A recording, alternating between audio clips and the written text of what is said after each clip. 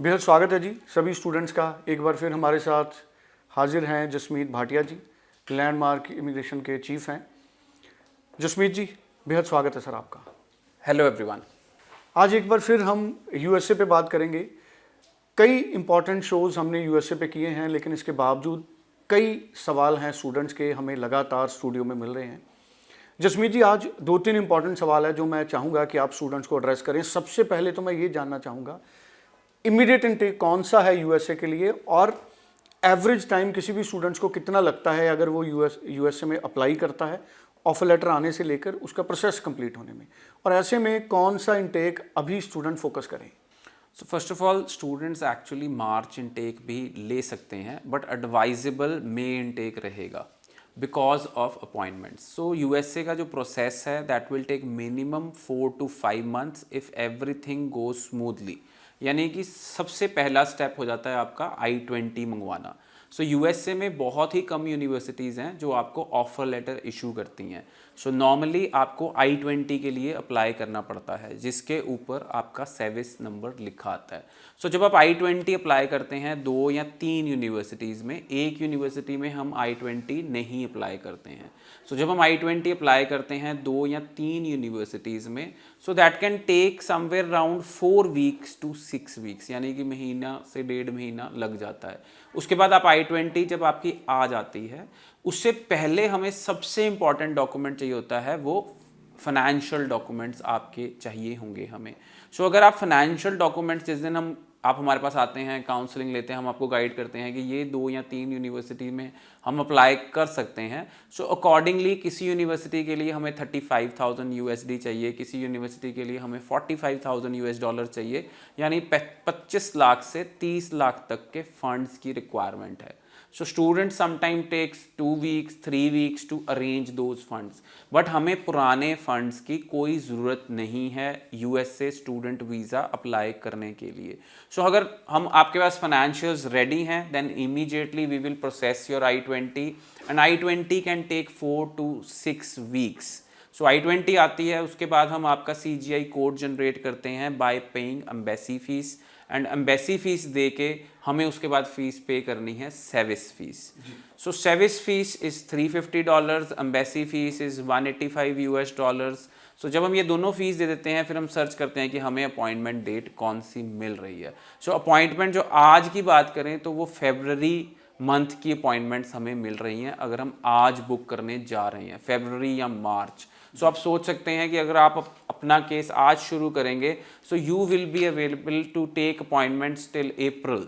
सो आप मई इनटेक में ही जा सकेंगे, उससे पहले नहीं जा सकेंगे। जिसमें जी, जैसे कनाडा में GIC होता है, यूएसए में लिविंग के लिए स्टूडेंट्स के पास कितने फंड्स होने चाहिए?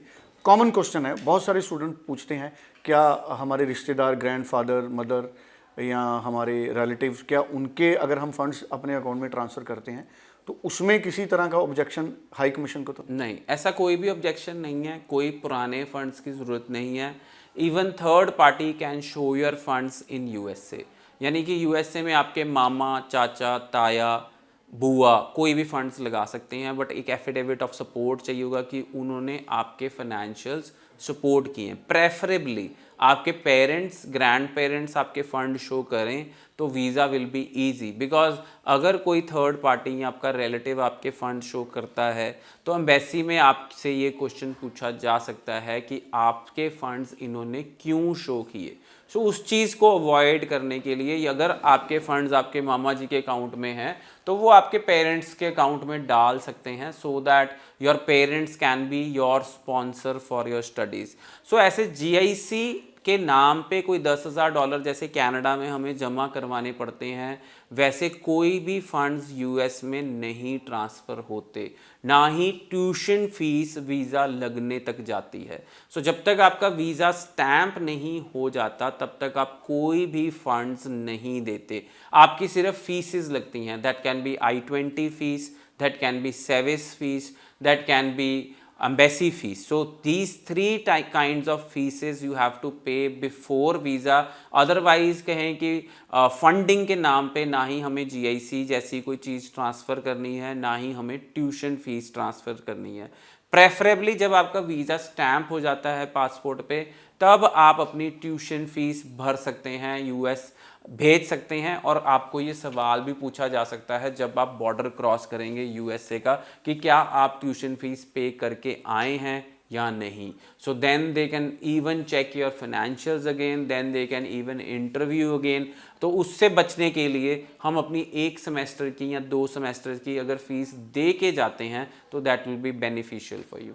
चलिए, थैंक यू सो मच. सो बड़ी इंपॉर्टेंट इन्फॉर्मेशन जसमीत जी ने हमारे साथ शेयर की है. लास्ट में जसमीत जी मैं ये पूछना चाहूँगा, लैंडमार्क इमिग्रेशन का आपका यूएसए में सक्सेस क्या है, और अगर मैं बात करूँ आप कितने स्टूडेंट्स को यूएसए के लिए एडवाइस कर चुके? सो लैंडमार्क इमिग्रेशन आपको पता ही है 2007 से स्टूडेंट्स को एडवाइस करता आ रहा है, और landmark immigration American international recruitment council से सर्टिफाइड है. सो AIRC एक ऑर्गेनाइजेशन है यूएसए में जिसकी सर्टिफिकेशन बहुत मुश्किल से मिलती है, and landmark immigration is AIRC certified. तो यूनिवर्सिटीज़ जैसे गवर्नमेंट यूनिवर्सिटीज़ हैं जो यूएसए की, वो भी उन्हीं एजेंट से, कंसल्टेंट से काम करना चाहती हैं जो AIRC सर्टिफाइड है. सो मेरे को लगता है थाउजेंड्स ऑफ स्टूडेंट्स हम एडवाइस कर चुके हैं for USA study visa, and landmark immigration is expertise है यूएसए के लिए. तो अगर आप यूएस का स्टडी वीज़ा अप्लाई करना चाहते हैं तो आप हमें कॉल कर सकते हैं 9041390412 पे, या फिर आप हमारे नियरेस्ट ऑफिस भी विजिट कर सकते हैं. चलिए, thank you so much. Screen पे नंबर है, जसमीत जी ने जैसे बोला 9041390412. आप इंडिया के किसी भी हिस्से से ऑनलाइन भी लैंडमार्क इमिग्रेशन के जरिए अपनी फाइल मूव कर सकते हैं. Thank you so much. Thank you so much.